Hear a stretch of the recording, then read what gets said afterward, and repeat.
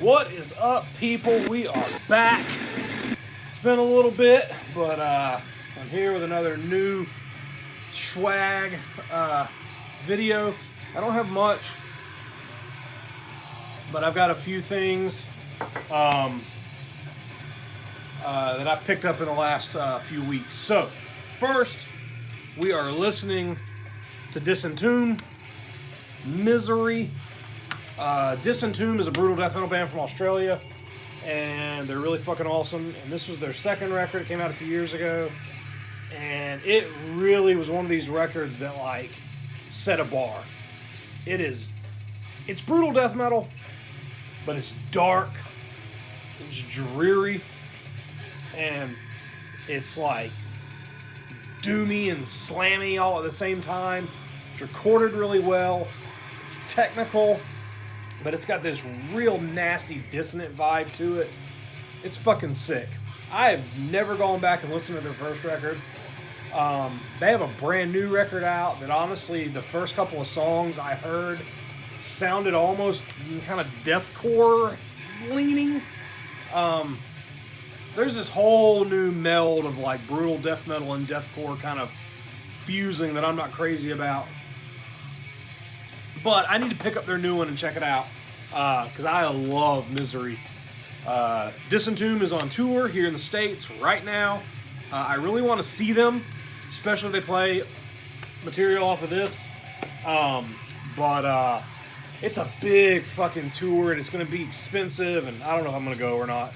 So, anyway, into the new stuff. Speaking of shows, a couple weeks ago, Faith Extractor played here in Atlanta, and my band and Nation played with them. I've known Faith Extractor for several years.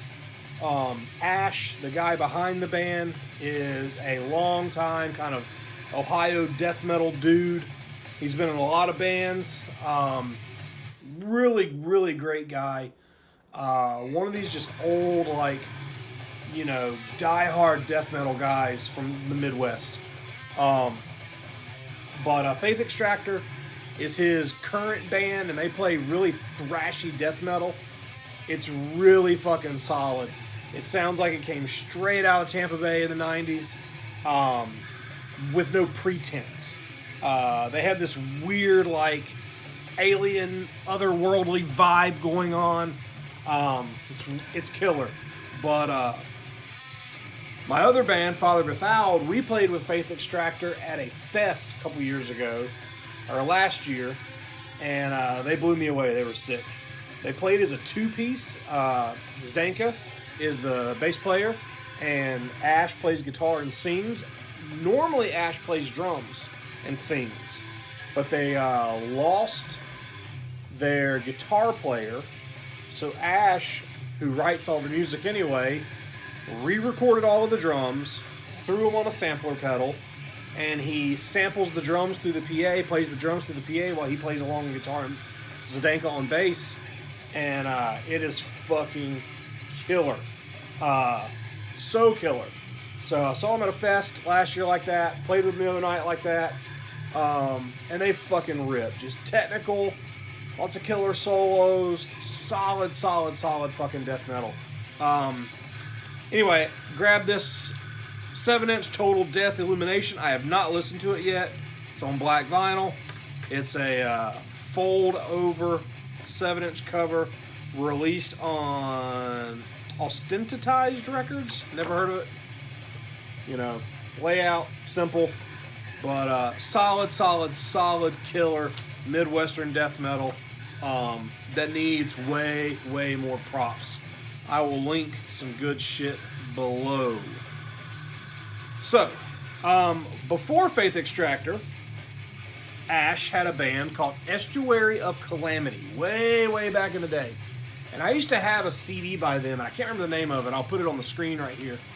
But Estuary of Calamity was a little more melodic, a little more black metal tinged death metal. Estuary of Calamity eventually shortened down to just Estuary.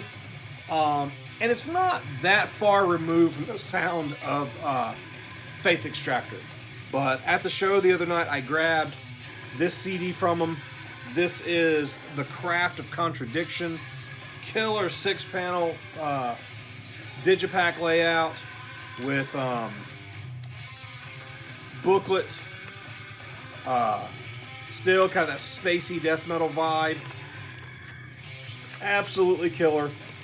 Ash plays guitar on this. Zdenka, who she's there, she actually just sings on this and fucking rips. But this shit rules. I listened to it a couple times the other night, and it's fucking excellent. So, highly recommend Estuary, Faith Extractor. So, you know, short show review. We played with them the other night.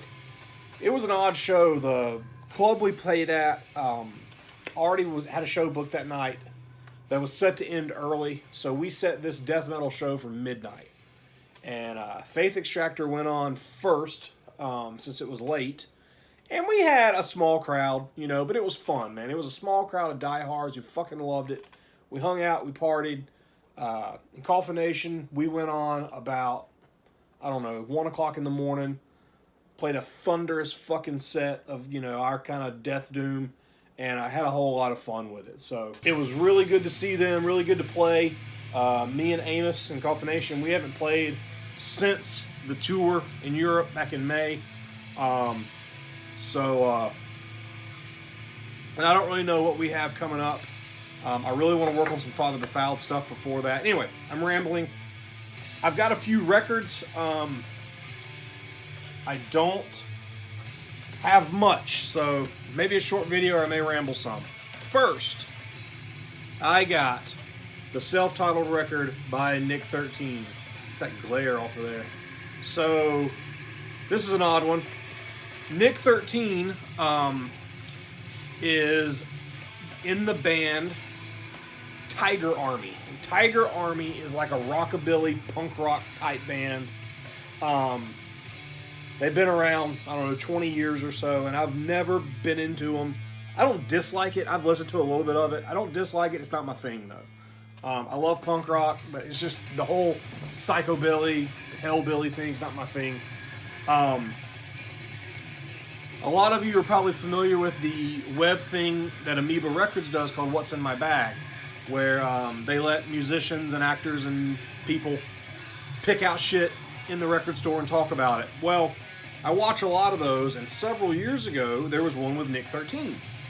And I clicked on it, started watching it, and I realized that all he's into is old-timey country music, and not the standard kind of old-timey country music that punk rock dudes are into, like Johnny Cash and Waylon Jennings and Merle Haggard. All that shit's great. But he's talking about stuff from the 30s and the 40s and 50s and super, super old country western music. And he is into it. Like, he knows what he's talking about, and he's really, really fucking passionate about it. And I liked him. So, reading on the post, he's got a solo record out. So I go and download it and fucking fall in love with it.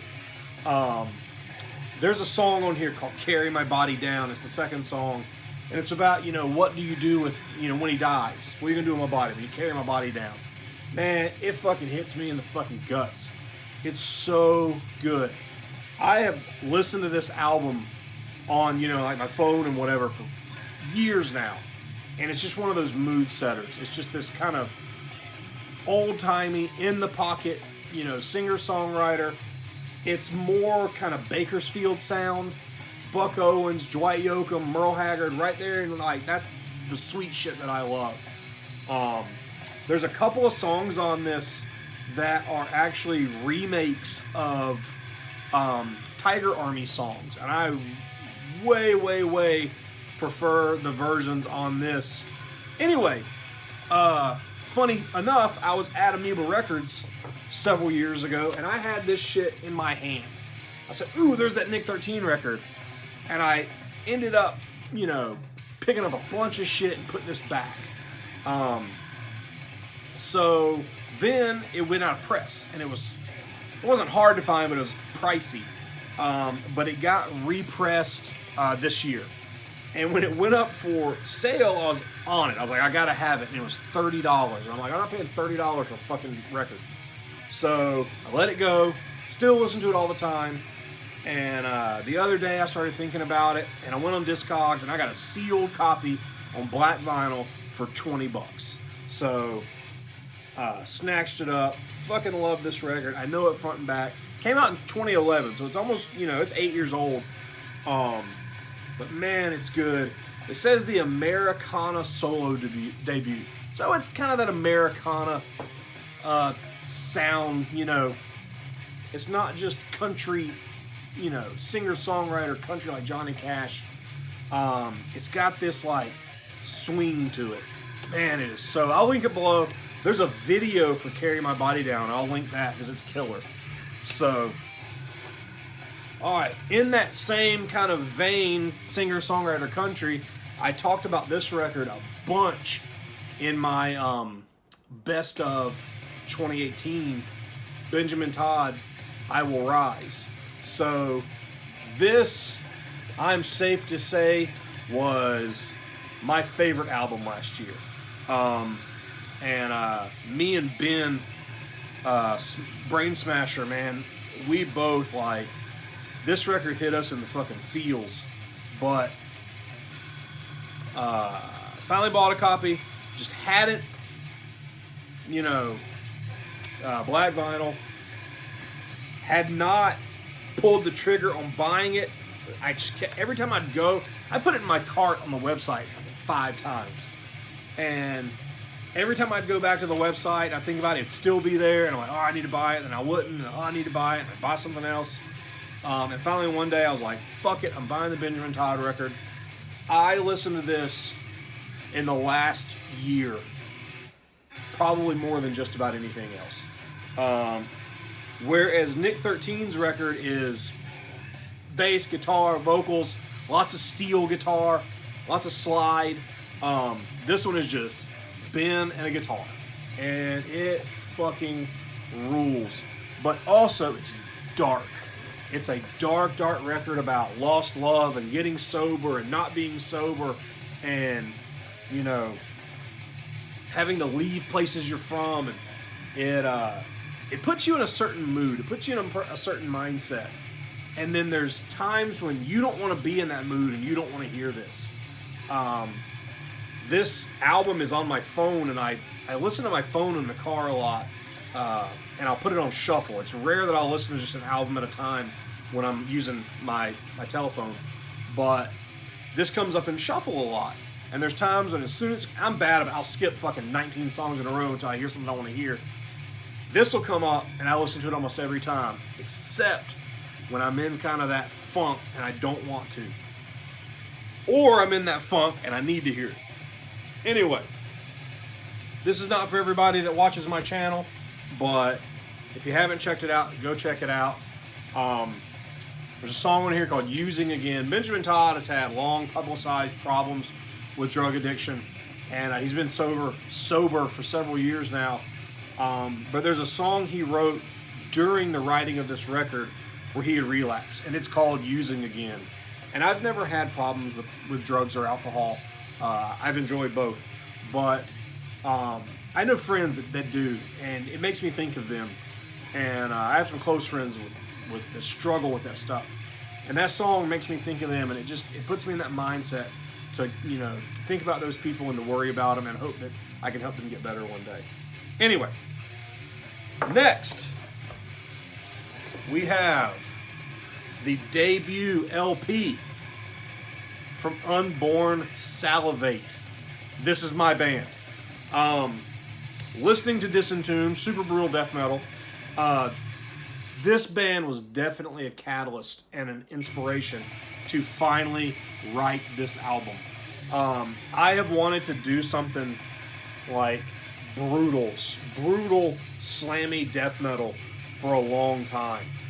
Something like Guttural Secrete or Disentomb or Necrotic Disgorgement, Sepsism, Malignancy.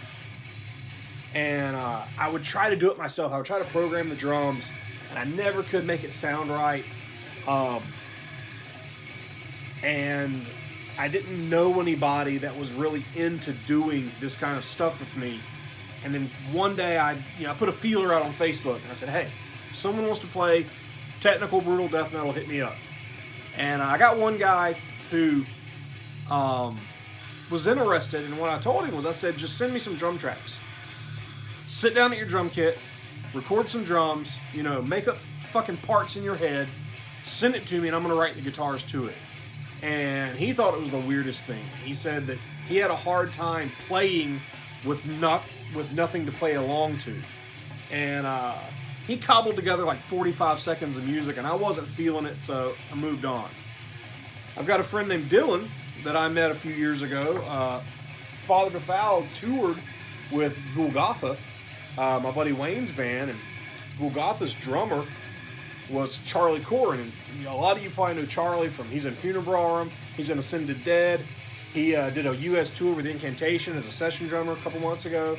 But Charlie's a killer drummer. Well, he broke his hand like 10 days before the Golgotha tour. He knew this guy, Dylan. Dylan learned their set and filled in, came on tour with us, and we hit it off. We've been buddies ever since. And Dylan is a killer drummer, but he's not into this kind of music. He's into metal. He likes a little more straightforward metal. And but he hit me up and he said, I'd be interested. He's like, I want to play some extreme stuff. So I sent him a bunch of links. I sent him like some guttural secrete shit, some fucking brutal shit. And I was like, play songs like that. He sent me back some drum tracks, and he could not have nailed it anymore. We did a demo, released that, came out on tape.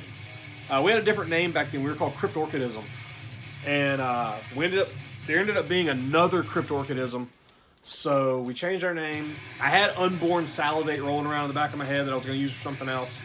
We became Unborn Salivate, and then we wrote this record. Same thing, man. He recorded 8 tracks of just drums off the fucking top of his head. And then I sat down, riff by riff, part by part, and wrote the album. I would listen to what the drums were doing, and I'd write a riff. And then I'd listen to what the drums were doing, and I'd write a riff, and then I fucking recorded it all together. It became this. This took a long time. It's been done for over a year.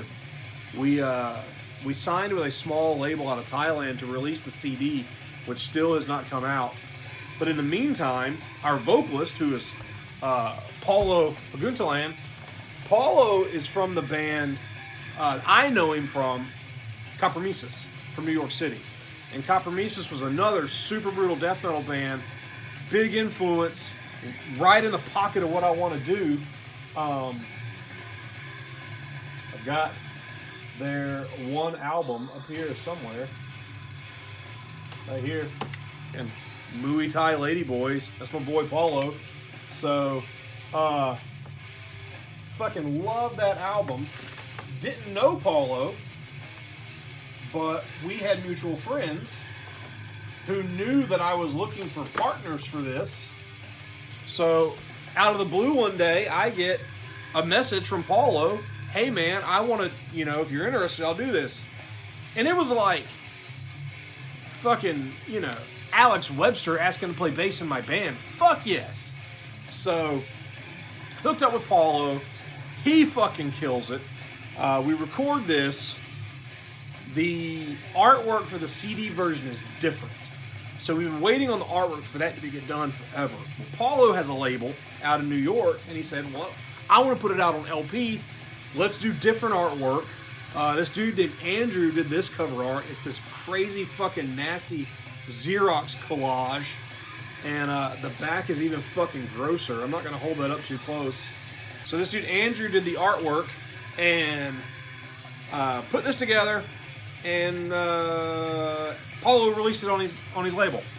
He sent me my copies last week. And the official release is next month. But for those of you that saw my post on Facebook and were able to snag a copy, yours are on your way to you right now, or you may already have them. Anyway, this is totally a plug for my band, Unborn Salivate. I'll put a link in the description below. If you like brutal, technical, nasty, guttural death metal, please go check this out. It has a natural kind of analog production. It's not, polished, and it's nasty sounding.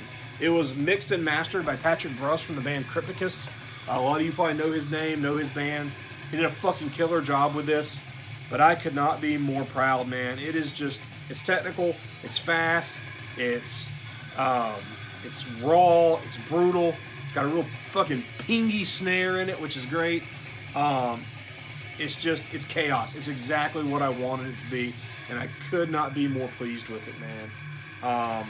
I feel like personally it's a blend between like the nasty, like chaotic rawness of Discord's Mexico and the slammy fucking technical precision of Guttural Secrete.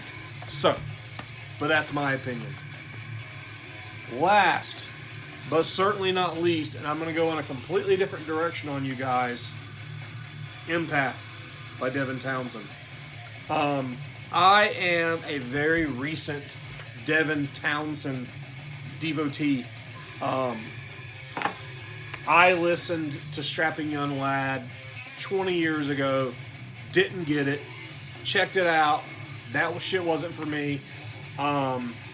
Watched his arc through, metal media over the last 20 years with the solo projects and the Devin Townsend project and just the Devin Townsend solo band, and knew he was releasing stuff, couldn't tell you what it was like, didn't know anything about it, didn't care to. And then I watched an interview with him on that YouTube channel where the guy will sit down with a musician and their Wikipedia page, and they debunk shit on the Wikipedia page. And I really liked Devin's demeanor and personality. I was like, I like this guy. Find Devin's YouTube channel, really like his videos, and specifically at that time, a couple years ago, there was this like 8-part series of them recording the last Devin Townsend project album, Transcendence. And I really, really like the way he looks at music and the way he writes and sees what he wants to do with music. So when Transcendence came out, I listened to it. I need to buy a copy of it. I don't have a copy of it. But I've listened to it a bunch, and it immediately fucking hooked me. It's this lush, cinematic, proggy, beautiful, synthy, landscape architecture of music. It's metal, and it's industrial, and it's orchestral, and it's chaotic at times, and Devin has this just incredible range with his voice, from his clean singing to the deep, death metal vocals he does. It's just, that record sold me. And watching his process sold me. So then, when he starts working on Empath, man, I'm hooked.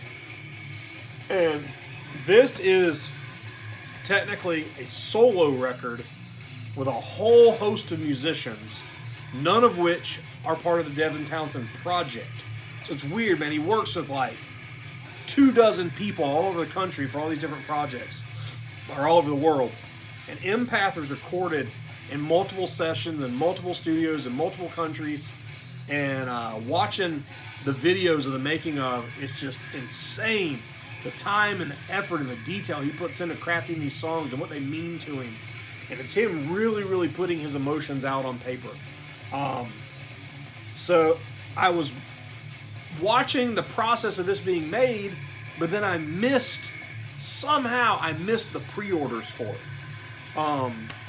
And when I finally realized that it was up for pre-order and it was out, I had missed all of the cool shit. This was pressed on like a dozen vinyl colors.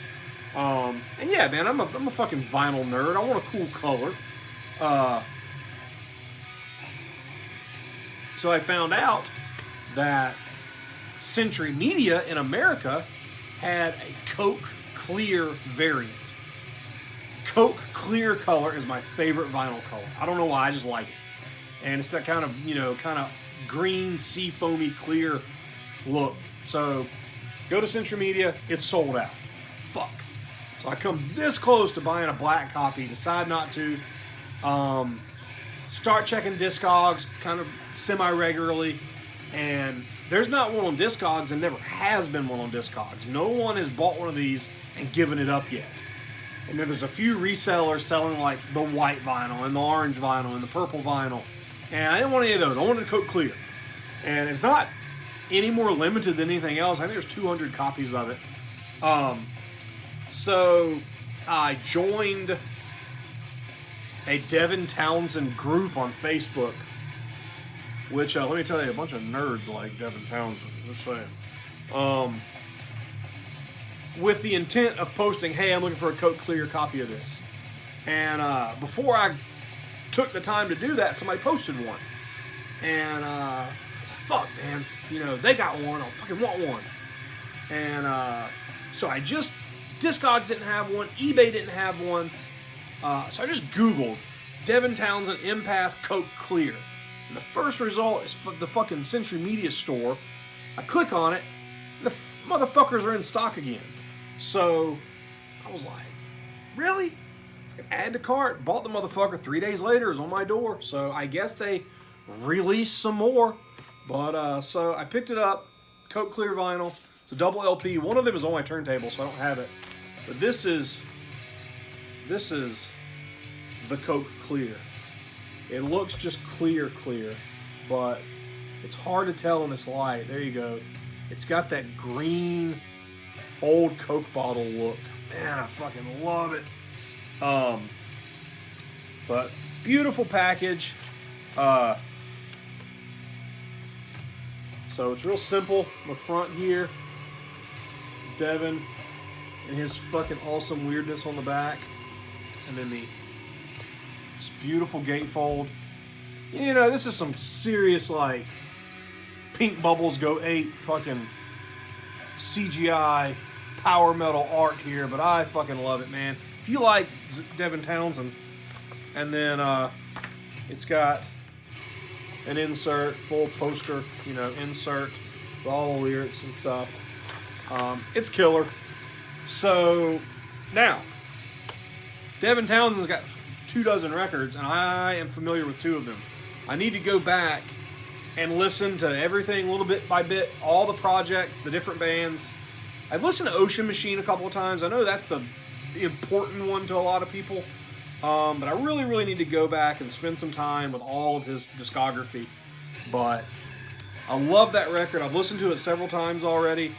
And it's so weird and just, it's hard to explain. It's a metal record. I mean, definitely a metal record, but it's got these weird, like, world music moments and orchestral moments and choruses and,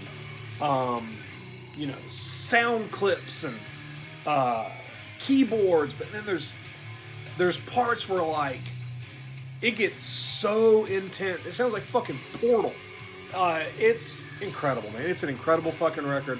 And it's definitely going to top my list this year in a couple months when I do that. So anyway, this video is long. I'm going to have to edit it down.